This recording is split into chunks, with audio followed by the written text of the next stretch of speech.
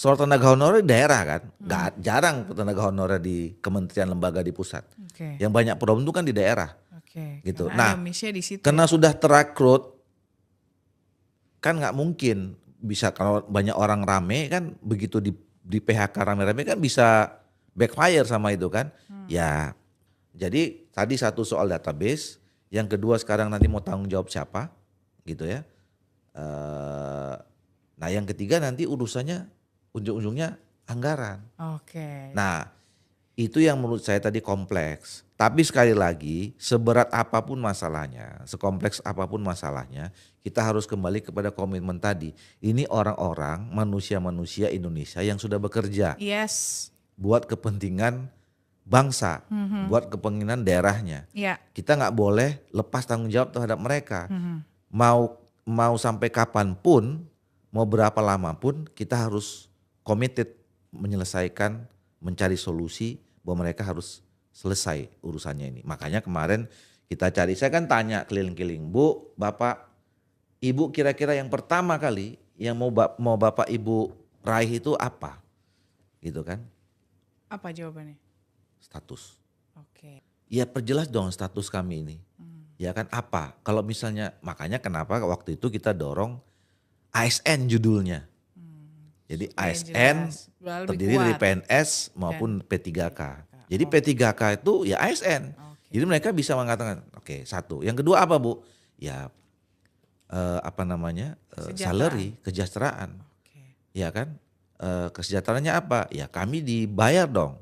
Selama ini kalau misalnya kami belum dibayar, bayar. Yang tiga apa? Masa depan apa? Pensiun. Anak-anak kami nasibnya bagaimana? Ini sebetulnya yang mereka tuntut nih. Sebetulnya bertiga ini. Nah, kita pelan-pelan satu udah mulai ya kan soal status. Kita udah rumuskan dalam undang-undang itu. Ternyata Bapak Ibu tenaga honorer nanti punya kesempatan masuk.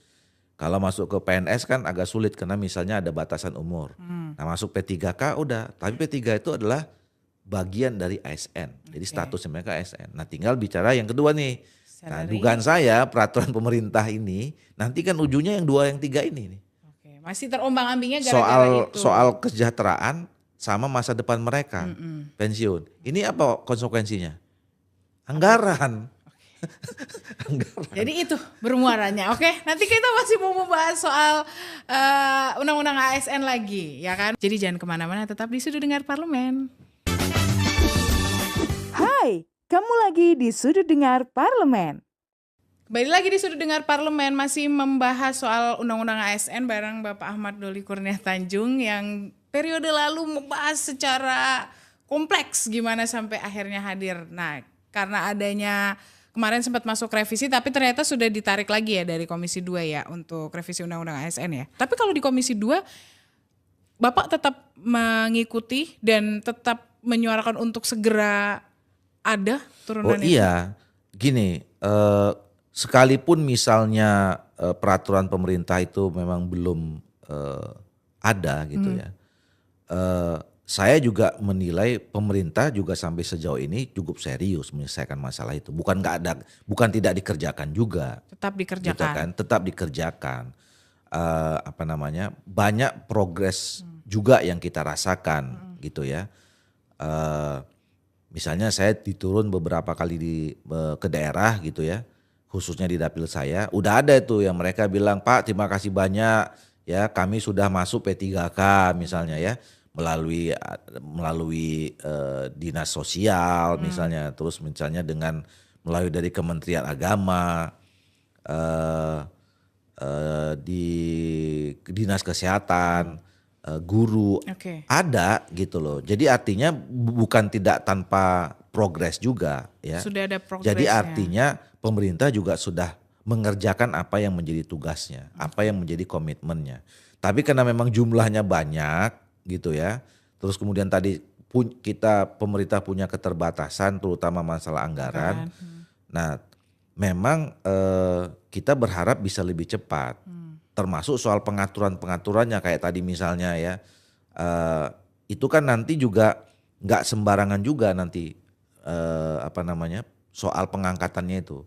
Misalnya saya temukan, Pak kami di sini nggak bisa loh masuk nih harusnya kan kami masuk di jalur ini, ya di bidang ini. Ternyata nggak bisa, harus masuk ke sana. Ini kan tidak sesuai. Nah itu yang nanti mungkin sebetulnya dalam peraturan pemerintah harus lebih detail. Jadi misalnya saya S1 gitu ya. Tapi kok kemudian dalam proses yang sekarang saya diakui cuman sebagai tamatan SMA atau D3 aja. Nah itu kan mengurangi grade saya untuk bisa lebih berkembang. Gitu-gitu itu sebetulnya nanti yang harus lebih detail diatur dalam peraturan yang lebih teknis lagi. Oke, berarti itu tetap akan ada pembahasan terkait itu.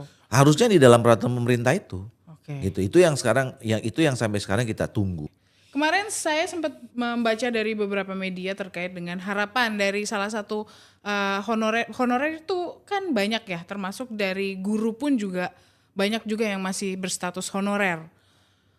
Salah satu harapannya adalah guru itu kan memiliki tugas yang sama-sama mengajar, ibaratnya seperti itu ya. Sama-sama mengajar, sama-sama mencerdaskan. Harapannya semuanya menjadi PNS nih dengan kewajiban dan hak yang sama. Nah gini, jadi PNS itu kan dari dulu kita sudah mengatur sebetulnya PNS itu ada batasan-batasan tertentunya, ada grade tertentu gitu loh. Karena bagaimanapun kan kita juga harus menjaga ini kualitas birokrasi kita, gitu ya. Makanya ada seleksi-seleksi. Nah, salah satu juga mungkin yang jadi problem ya sebetulnya di dalam penataan ke-ASN kita ini gitu. Kita jangan lupa loh ya, masalah resources yang harus kita tempatkan di dalam birokrasi kita itu bukan Bapak Ibu yang selama ini sudah bekerja di situ sebagai tenaga honor. Tapi masih ada juga loh adik-adik mahasiswa kita yang dulu sekolah SD, SMP, SMA, mahasiswa gitu loh. Nah kalau ini jumlah jutaan orang ya kita sudah siapkan dengan formasi terbatas. Misalnya tenaga honorer masuk semua ke sana, ya mereka ini jadi yang fresh graduate ini bisa jadi nggak ada tempatnya juga. Nah itu loh yang mungkin juga menjadi salah satu pertimbangan kita, pertimbangan pemerintah gitu loh. Ya mereka ini kan nggak bisa kita abaikan sebagai produk kemajuan kita juga, ya hasil pendidikan, hasil sistem pendidikan kita. Mereka sekolah bagus-bagus, sekolah di universitas yang bagus-bagus juga gitu loh ya. Nah kan nggak mungkin nggak kita tempatkan di ASN gitu loh. Nah makanya kenapa kita bagi kemarin, kalau misalnya Bapak Ibu tadi misalnya tes sama orang yang lulusan fresh graduate gitu loh ya, dari ITB misalnya di UI, yang agak susah berkompetisi itu nanti pasti udah kalah. Makanya kita bagi antara P3K dan gitu loh. PNS gitu. Nah selain itu juga kan ada batasan umur. Sekarang umurnya juga mungkin udah rata-rata 50-60 tahun gitu. Udah nggak bisa masuk, nggak mungkin kita rubah aturannya masuk PNS jadi 50 tahun gitu loh. Makanya waktu itu kita juga komunikasi. Itu yang saya tanya tadi sama yang saya bilang itu. Ibu, Bapak maunya gimana sih? Kami ini nggak muluk-muluk gitu. Cuman kami ini pengen dihargai aja. Gitu loh. Nah makanya kita tempatkan, kita cari tempatnya di mana yang mereka menjadi tempat yang terhormat, sesuai dengan yang